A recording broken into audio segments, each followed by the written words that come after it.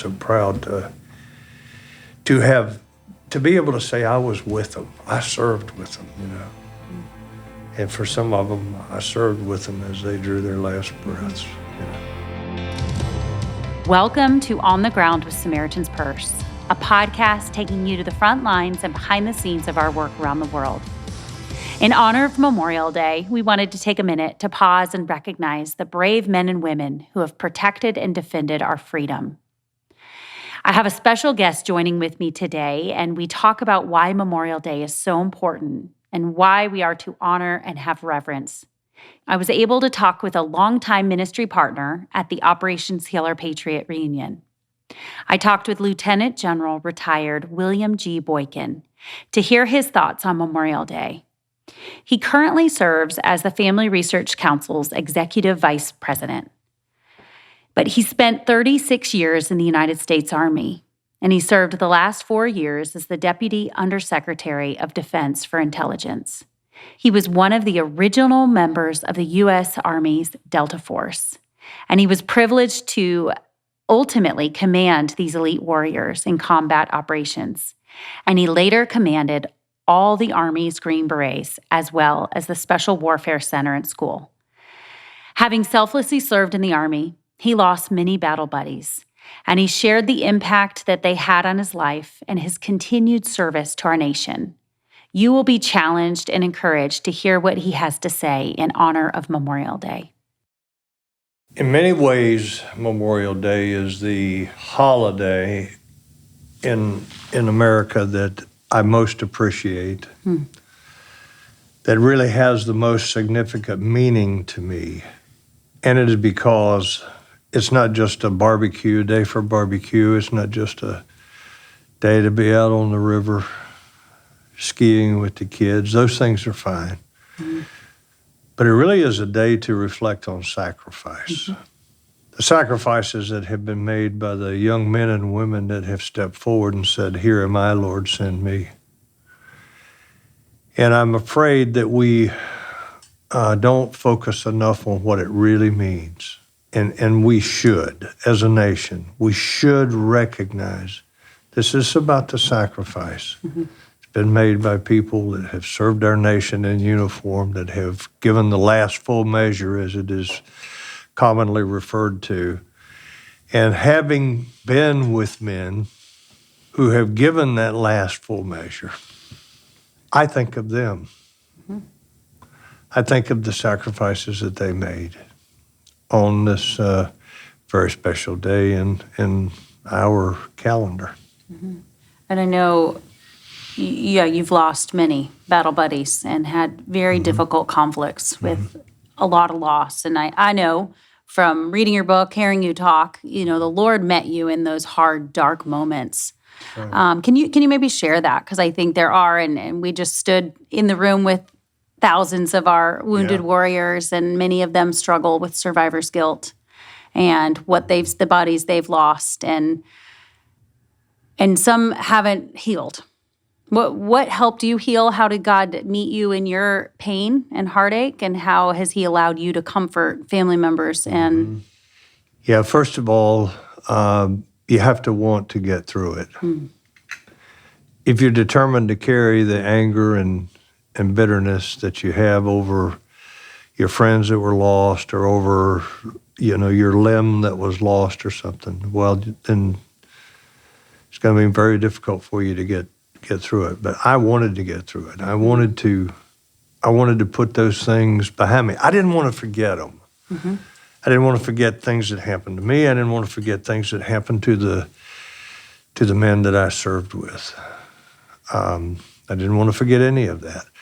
But I also didn't want it to control my life. I didn't want it to be so dominating in my life that it's all I could think about. That it was, as you so clearly said in your presentation tonight, that it was not my identity. That was not my identity, and I didn't want it to be my identity. I wanted to be identified as a soldier, yes, but I wanted to be identified as a man of faith more than anything else. And then I wanted to be a father and a husband, and so I think that what helped me to get through it most of all was the influence that my mother had on me. And you say, your mother? Yeah, my mother. My mother was the most faithful Christian that I've ever seen. Oh. And I'm not kidding about that. I'm not just saying that. She was the most faithful Christian that I've ever seen. And even when she had Alzheimer's and was in her final stages, ask her to pray. She couldn't talk to you. She couldn't recognize you or anything else, but ask her to pray. And she was coherent, you know.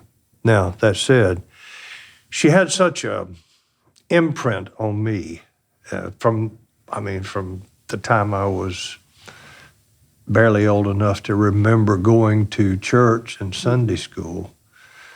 My mother was teaching me about the Bible. She was teaching me about God, about Jesus. She was teaching me right from the Word.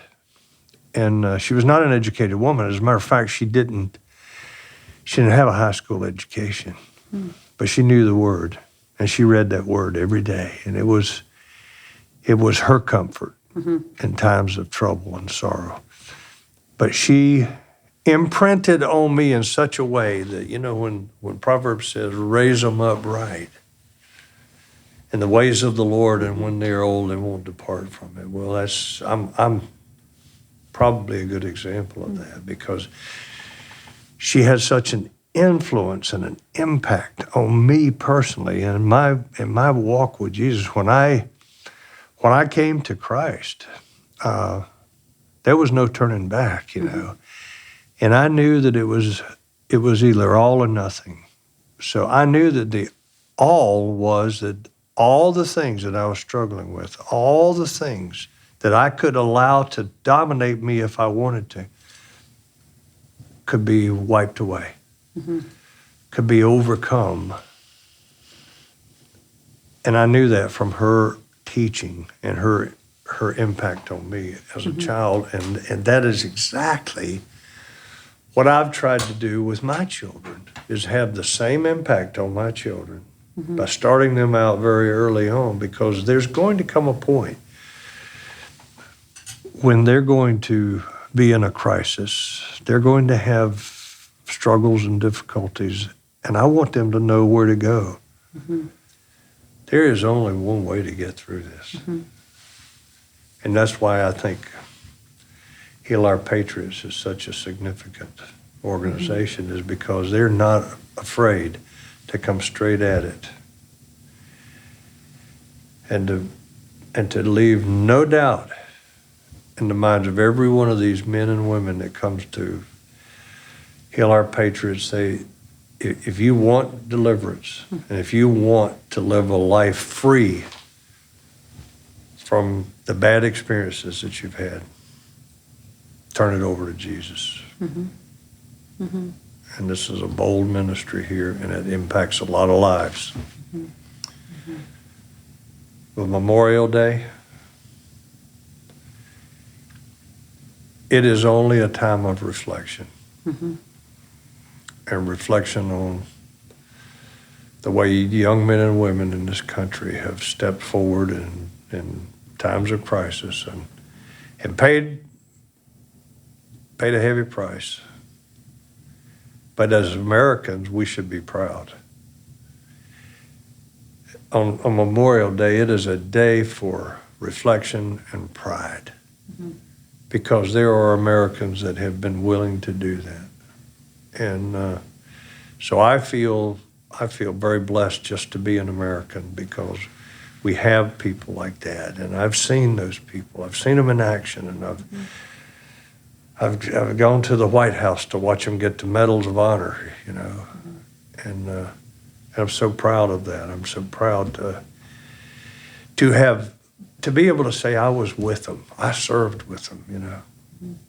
And for some of them, I served with them as they drew their last breaths, you know. I'm talking a lot, but no, it's great. I don't know if you mind, this might be too personal, but you've met a lot of important people. But you've also served with men and women that raise their right hand to defend our country. And like you said, you've sweat. You've given your blood with them. Can you maybe introduce us to them, or what have you learned from them? What impressed you? Because they're some of the finest. But can you maybe just share from some of them or some of the battles you were in? Because I think they pushed you, I'm sure. They did. Made you a better leader. First of all, the non-commissioned officers that I had were intimidating, but they were intimidating because they were so smart. Mm-hmm. And I'm at best of average intelligence, so they were intimidating to me.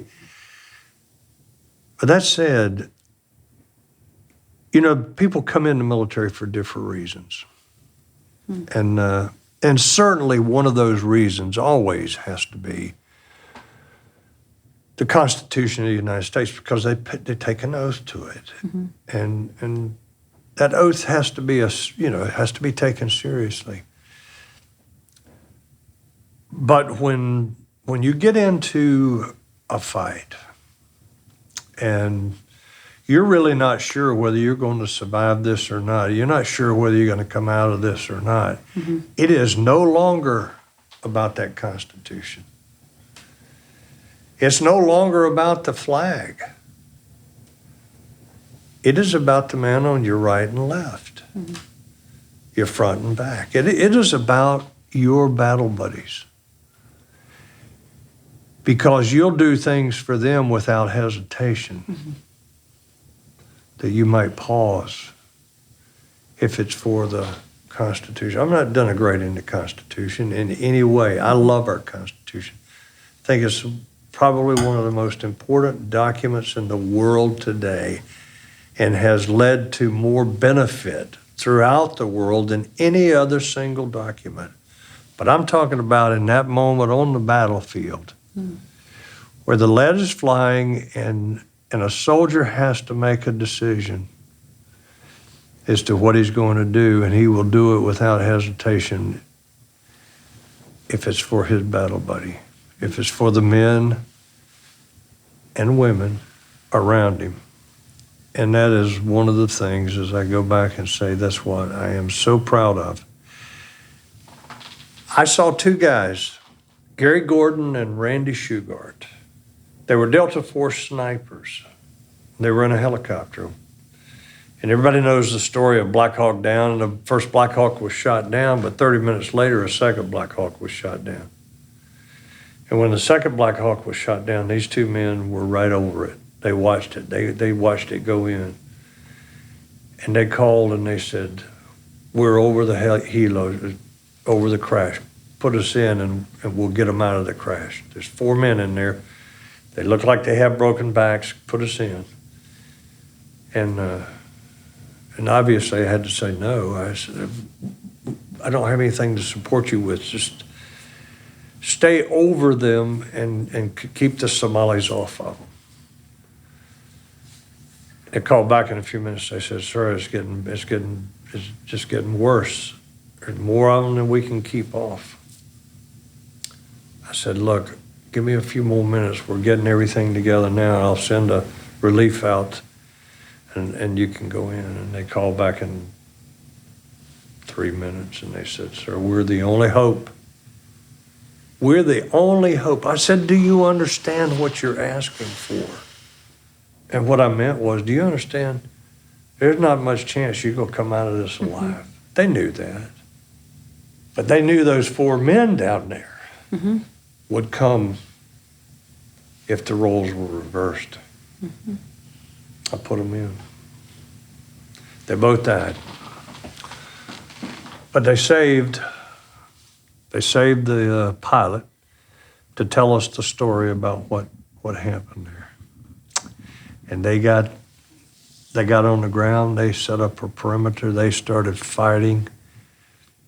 They killed a lot of people. And then ultimately, they were overrun and killed themselves.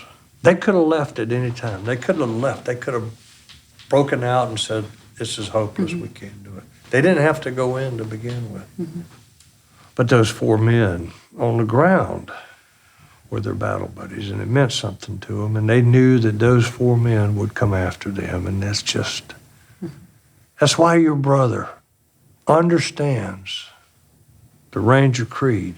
Never shall I leave a fallen comrade to fall into the hands of the enemy. And, you know, and I learned that in 1973. And it has so impacted me. Mm-hmm. And that's what we need to reflect on Memorial Day. Mm-hmm. Yeah. Mm-hmm. I know it's selfless. I know we had so many quote the verse in John, you know, no greater love than one that lays down their life for their friend, you know, and obviously Jesus made the ultimate sacrifice. You know, he came and shed his blood knowing, going in like they did. But you're right, they so often, and we'll never, you know, the world, I mean, Black Hawk Down was made into a movie and a book, so the world does know a little bit about that battle. But there are so many times where no one will ever know, you know, and that's our goal and our hope is to bring light, you know, say their names. One of my friends started Wear Blue, Run to Remember. She lost her husband, John Hallett, and she has a running, you know, now it's all over the world. They meet up and they read their names. They say their names. They tell their stories, you know, because, yeah, they're heroes that willingly laid down their life, you know, for their country, yes, but also for their brother in arms. And that's, thank you for sharing those personal stories. So speaking to that, and I know tonight we mentioned a little bit, you know, Afghanistan, you know, you've been involved in many conflicts that maybe the battles weren't, you know, the war was won, but the battles, you lost a lot of battles. And Afghanistan is a situation where it's hard. You know, the way we departed and what happened in August, and I don't want to get into politics, but what would you say, you know, because I know I have a lot of friends that lost their husband and they say, was it worth it? Why? You know, and it's hard to reconcile that. And, you know, Edward and I, we always say, our hope isn't in man. You know, yes, we want to do the right thing. We want to defend our country. We want to be involved. But ultimately, God's the only answer. But what would you say, and to that room full of wounded warriors that fought, you know, and gave time? What would you say, and maybe what have you learned over your years in times where maybe it looked like a failure in man's eyes, but you know people did the right thing? Well, let me start by telling you that on the night of the 25th of April, 1980, I was on an operation that went into Iran to rescue 52 Americans that were being held by the Ayatollah Khomeini. Mm-hmm. And I watched 8 good men die that night when an accident occurred, and 8 men died. Again, this is what Memorial Day is about, but 8 good men died there. And I felt the greatest burden for having failed my country. All of us did. All of the Rangers and Delta Force guys that were there, we all felt a tremendous, incredible burden. But what Satan meant for evil, God meant for good. Because you know what happened as a result of that? They did a complete investigation of that operation, and they determined that we had neglected our special operations. And they passed this thing called the Nunn-Cohen Act. And it became effective, I think, in 1986. And you know what they created out of that? They created the U.S. Special Operations Command as a result of that failure that we were part of there that night. And you know what else? It brought about Ronald Reagan as the President of the United States. Think about it. Mm-hmm. Jimmy Carter even said the reason that he lost the race was because of that failure there. Well, we failed, but it was turned to good because today there are no special operations forces in the world that are any better than ours, but it came out of that failure. So I think that it's important for us to recognize that sometimes when things occur, we don't we don't see it through God's eyes. We don't know God's purposes. We don't, even when we lose somebody that we're close to, we don't understand it. But that's why Proverbs says, trust in the Lord with all thy heart and lean not unto thine own understanding. We can't understand because we don't have the mind of God. There'll be a day when we'll be able to ask him. If it still matters, if we're still interested in it, we'll be able to ask him. And that's after we cross the Jordan. And we're in his presence. But I don't think at that point we're going to care. But my point is, yes, we have to endure those kinds of things even though we don't understand them. But again, a lot of times we just need to trust in the Lord with all our hearts and lean not on our own understanding. And what you quoted, Joseph, what man meant for evil, God meant for good, and he could have been bitter, could have been angry, but like you said, it's a choice. It's, okay, God, I don't understand it all, but let me see, and that is why Operation Hail Our Patriots, we aim to get to the heart. We don't want to put a Band-Aid on their wounds and their memories and the soldiers that they've lost. We want to allow them to heal holistically, and I think you're right. I think there's something very important about what you're saying there, and it is this. We can get bogged down in our own misery and our feeling sorry for ourselves and all that, but we owe it to those people that didn't come home. We owe it to them, particularly on Memorial Day, but we owe it to them to tell their story and to tell it in such a way that it makes their families proud and it makes their friends proud and it makes the people that hear the stories of what they did. We can't do that if we're allowed ourselves to get wrapped up in the things that we've seen, the things we've done, the things that we've been part of, and let those things begin to control our lives. We're doing them a disservice, and that's what people don't think of enough. We've got to honor them because we're the only ones that can. And so, speaking to that, how do you pray? How can we be praying for family members and friends that, they miss and grieve their loved one every day? Every day is Memorial Day for them. But on Memorial Day, how can we intentionally be praying for those that miss their service member? Pray that we will never, never forget them. Pray that we will do nothing to dishonor them. That's what we dishonored the Vietnam veterans with the way they came home. We dishonored them.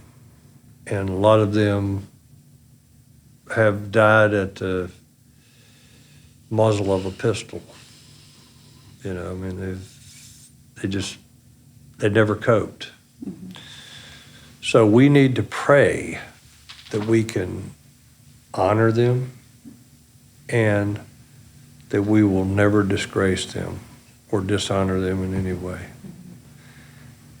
And my prayer on Memorial Day is that America will recognize their sacrifice and be proud because we have people like that. Thank you so much for joining us today. I hope that this conversation helps you reflect and honor the heroes that we recognize on Memorial Day. Please be praying for the family members and friends that bear this sacrifice and burden each and every day. Pray that God will fill their hearts with comfort, grace, and his presence. I loved hearing General Boykin's heart. Having served with and losing so many friends and heroes, his words are weighty. And when he says, my prayer is America will recognize the sacrifice, I know what it costs. He truly does. He knows the costs and the burdens and the sacrifice that are required to keep our nation free. And if you want to pray more specifically and hear more names that you can pray individually, last year we shared some names of service members on our podcast. Our Operation Hail Our Patriots men and women, like General Boykin, have many heroes that they miss and think of every day. And so we shared just a few of their friends on that episode. But also in 2020, I shared a conversation with my friend Lisa Hallett. She lost her husband John in Afghanistan. And so if you want to hear her heart and allow you to pray more specifically for our Gold Star family members this Memorial Day, I encourage you to go back and listen. And I want to close by reading scripture because it's the way that I cope, I pray, and I hope during difficult times. I'm going to start in Psalm 61, 1-4, that says, God, hear my cry. Pay attention to my prayer. I call to you from the ends of the earth when my heart is without strength. Lead me to a rock that is high above me, for you have been a refuge for me, a strong tower in the face of the enemy. I dwell in your tent forever and take refuge under the shelter of your wings. I love chapter 62 as well, that says in verse 5, rest in God alone, my soul, for my hope comes from him. He alone is my rock and my salvation, my stronghold. I will not be shaken. My salvation and glory depend on God, my strong rock. My refuge is in God. I'm so thankful that we can both cry out to God and we can trust that he is our refuge, our salvation, and our stronghold. I personally have watched many family members grieve and ache for their loved one, but also cling to God as their refuge. Their pain is constant, but their hope is secure. And I pray that you know the salvation and security that comes from Jesus. Because of God's great love for us, we are saved by grace. And I love this hope that we have in the gospel of Jesus Christ. Ephesians 2, 4-8 says, but God, who is rich in mercy, because of his great love for us, made us alive with Christ, even though we were dead in trespasses. You are saved by grace. He also raised us up with him and seated us with him in the heavens in Christ Jesus, so that in the coming ages he might display the immeasurable riches of his grace through his kindness to us in Christ Jesus. For you have been saved by grace through faith. This is not from yourselves, it is God's gift. And so I pray that you know this gift of salvation. On this heavy and somber day, I wanted to share the hope that we have in Jesus. Thank you again for tuning in. Thank you for your prayers. May God bless you this day.